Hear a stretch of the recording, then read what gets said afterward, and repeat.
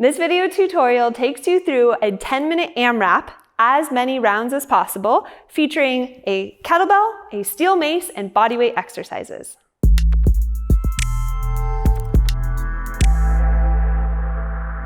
Coach Summer here. I'm super stoked to have one of my workout training partners, Coach Renna, who's a steel mace Vinyasa certified instructor, training with me. And we work out often. We use these kind of workouts when we're doing our strength days. It is absolutely possible to combine elements of yoga, steel mace Vinyasa, and HIIT training in one workout. So we're gonna walk you through, we're gonna go right into the workout, and what you'll need is a kettlebell. Here I have a 10 kilograms, I have a 7-pound steel mace. You can get alternative sizes that are great for you. I do have a AMRAP timing protocol set on my phone, so you'll hear that beep. We already did our practice round, so you guys get to watch and jump in. I recommend doing this circuit 2 times through for a full 20-minute AMRAP. We'll go slow on the first round, but we're gonna get right into it. And Renna, do you have any feedback about this style of workout and why this is valuable for your movement practice? Yeah, this kind of workout is a great day for me to put right in the middle of my 4-day wave. So it would be just before my high day where I'm expected to perform really fast, fluid, expressive movement. Because it's moving a little bit slower, I can control the pace and I can refine body movements very intentionally and build a lot of strength and integrity through my joints. Awesome. So generally we crank on the music when we're training. I recommend if you have music, it's going to help you get in that state of mind. You'll learn these exercises and more in our Steel Mace Vinyasa 100-hour curriculum. So if you're interested in fusing both strength training and yoga, highly, highly recommend checking out that program. It's on the FlowShala website. All right, we're going to go right into our time rounds. 10 reps of deadlifts, kettlebell swings, goblet squats, 10 single leg deadlifts with the mace, 10 squat and foot hand claps, I'm reading from the board over here, and 5 sit through hips. So we're looking at the board, you saw that in the front end. We're just gonna go right into it. You ready, Renna? Ready. Sweet. Okay, and we might go at different times, and I might be coaching a little bit on what I see too at some point during the workout, just so you get extra feedback as well. All right, so we're going right into 10 minutes of AMRAP. Let's get to it. All right, so firstly, take hands to the hips here, find a deep hip hinge, finding a crease. Anchor, rip the ground apart, pack your shoulders, find maximum torque, crown to coccyx alignment, drive up, squeeze the glutes at the top. From here, angle your mace back. Your wrists might brush the inside of your thighs, drive up. This ensures crown to coccyx alignment. Common misalignment here is to overly thrust the hips forward and lose shoulder pack. You'll see that Renna's got solid form here. She's gonna be our metronome for our reps. As I discuss form a bit. Every single rep has full glute engagement at the top, full shoulder pack, engaging the trifecta. Swings, 10 reps. Notice in the swing, the head stays in a neutral neck position. I'm not cranking my neck forward. Instead, I'm tucking my chin, lengthening through the crown, squeezing the glutes, full glute activation. 10 reps. Goblet squats. Get low, find that hip hinge, get underneath your kettlebell, capture the kettlebell, drive up, squeeze. Reach down, get underneath. There's this moment where you kind of have to row the kettlebell up, avoiding kyphotic spine. So I'm broadening across my breastbone, eye gaze is steady, anticipating that load.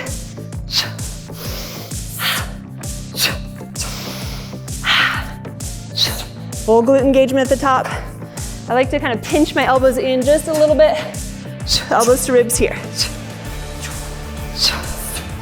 How many reps we got, Renna? That's 10. Awesome. There's no rest in the AMRAP. You're going continuously.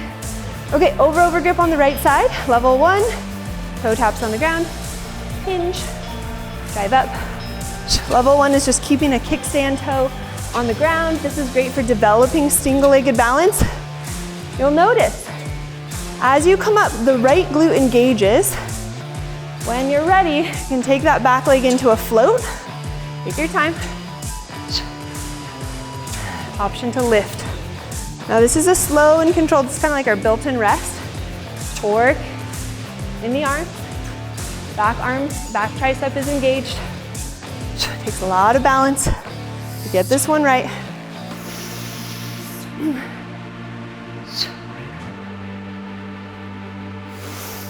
And the eye gaze is super important here as well. Softening the eyes. Great for triggering parasympathetic. Tracking with your eyes. Once you reach 10, you can switch sides. You'll notice we use this power breath. So whenever we're trying to create a training effect, meaning we're actually conditioning things under load, we have this release valve, which is a power breath. So we're breathing out forcefully through the mouth. The inhale is automatic. And you can do a forceful exhalation on any phase. So if I need to do a forced level breath, I might kick out here, breathe out here, as well as here. And the objective here is, can I get my body and leg in one line, recruiting my back muscles, my multifidi, my lats, my rhomboids, my paraspinals, keeping a neutral spine, versus going into a concave back here, which defeats the whole purpose. All right, this is a fun one. Squat with foot clap, level 1. You can start with a nice wide foot stance.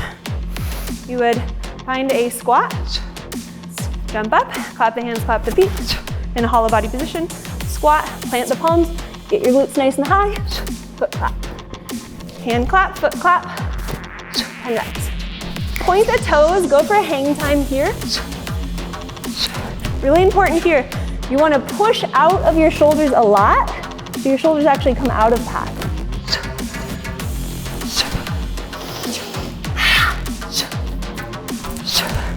Nice, Renna. Sometimes you might find yourself floating up there. Whole point.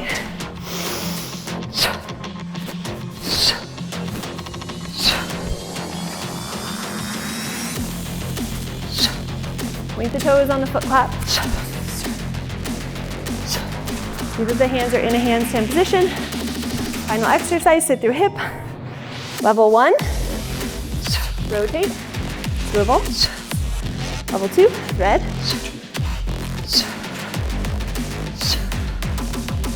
Level 3, add a hop.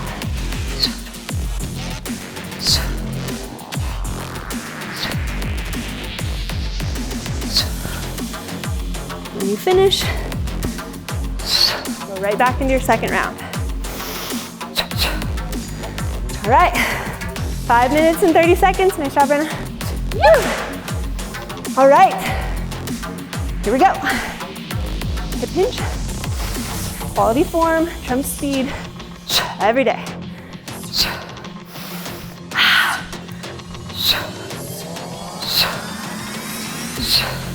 Keep the torque in your arms, power breath, swings.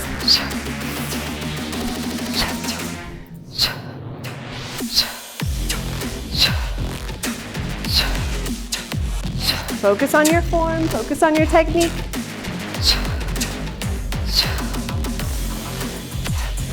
Goblet squats.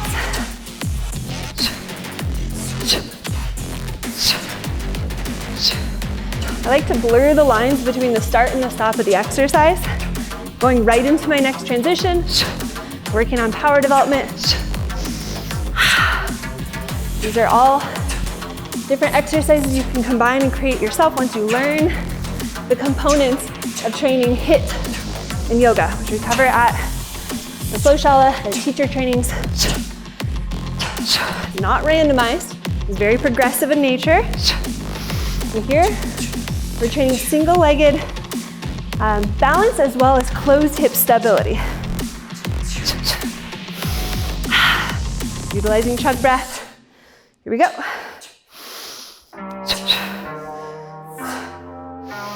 When you need to regress, you always can come back down to the level 1 at any point. 3 more minutes. Get as far as you can in the circuit. If you're training at home, you'll want to repeat this for another 10 minutes. Repeat the video, you can repeat it on your own without the video. See if you can remember those conditioning drills. And the form, so key. Can you get your form dialed in so that you can pause and stabilize literally at any point in the exercise with perfect alignment, precision, and control.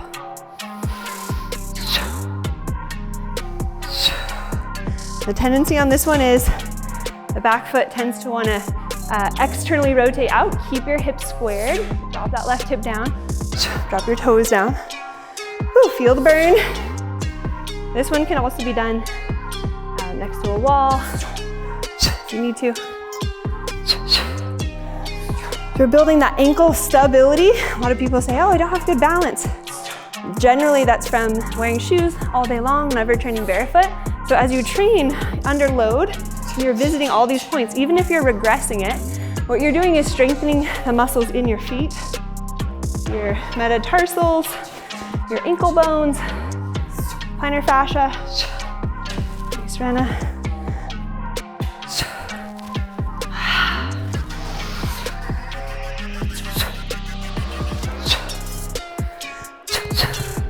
One minute and 10 seconds to go.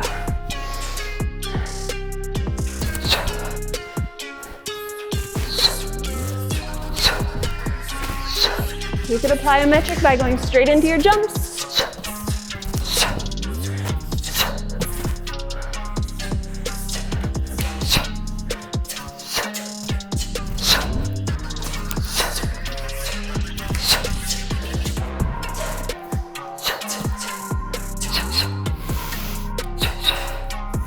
Final 30 seconds. Regress if you need to.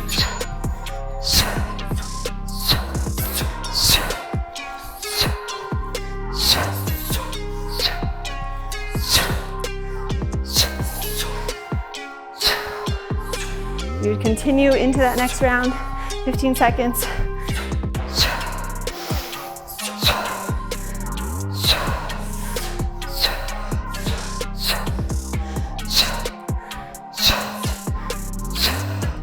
And time.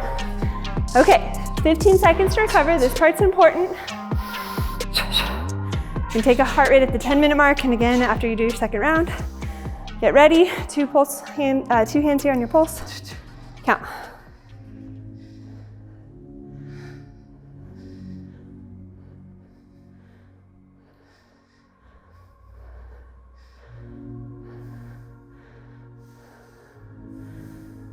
And time. Whew, 46. Where are you at? 38. 38! She's super conditioned like a boss. I think I did a lot of talking in that. So where you were at? 46? Yeah. Oh my God. Yeah. I was up there. Well, I'm like talking and doing the thing.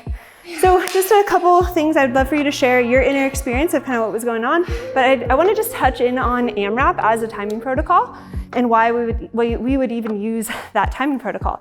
So AMRAP is basically exhausting both our musculoskeletal system as well as our cardiovascular and heart and lung endurance. So we're creating that adaptation so that we start to build our cardiovascular endurance and also build strength in the muscles. So this is definitely not a beginner timing protocol. As you attend the FlowShala classes, and if you're interested in the Steel Mace Vinyasa teacher training and how to program HIIT workouts that are appropriate for all populations, it's definitely more of an intermediate workout. And what we're feeling after it is what's called post-exercise oxygen debt. So as we go into the oxygen debt, we might feel that even a little bit after the class as well as we're walking out of here. But generally what that does is it creates an adaptation, allows us to do more work. Any feedback, Rena? Yeah, well, so we already did the practice round before this, and so by the end of my first round, I think we had definitely been moving like this for a good 10 minutes, and I certainly hit flow state. I hit a point of fatigue. You probably saw at the end of my first round, I was like, oh, I don't know if I've got this, and then all of a sudden it was all over, and I could have kept going for a really long time.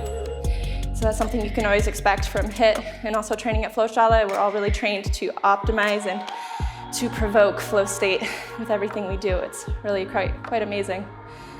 Awesome, and this is a moderate intensity or high intensity workout. We teach you how to program your waves, which is another super important component. We always want to train with a purpose and make sure that we're training efficiently and training smarter, not always harder. Thanks for tuning in, guys. I hope to see you at our Steel Mace Vinyasa 100-hour teacher curriculum. Get in touch and we'll see you soon.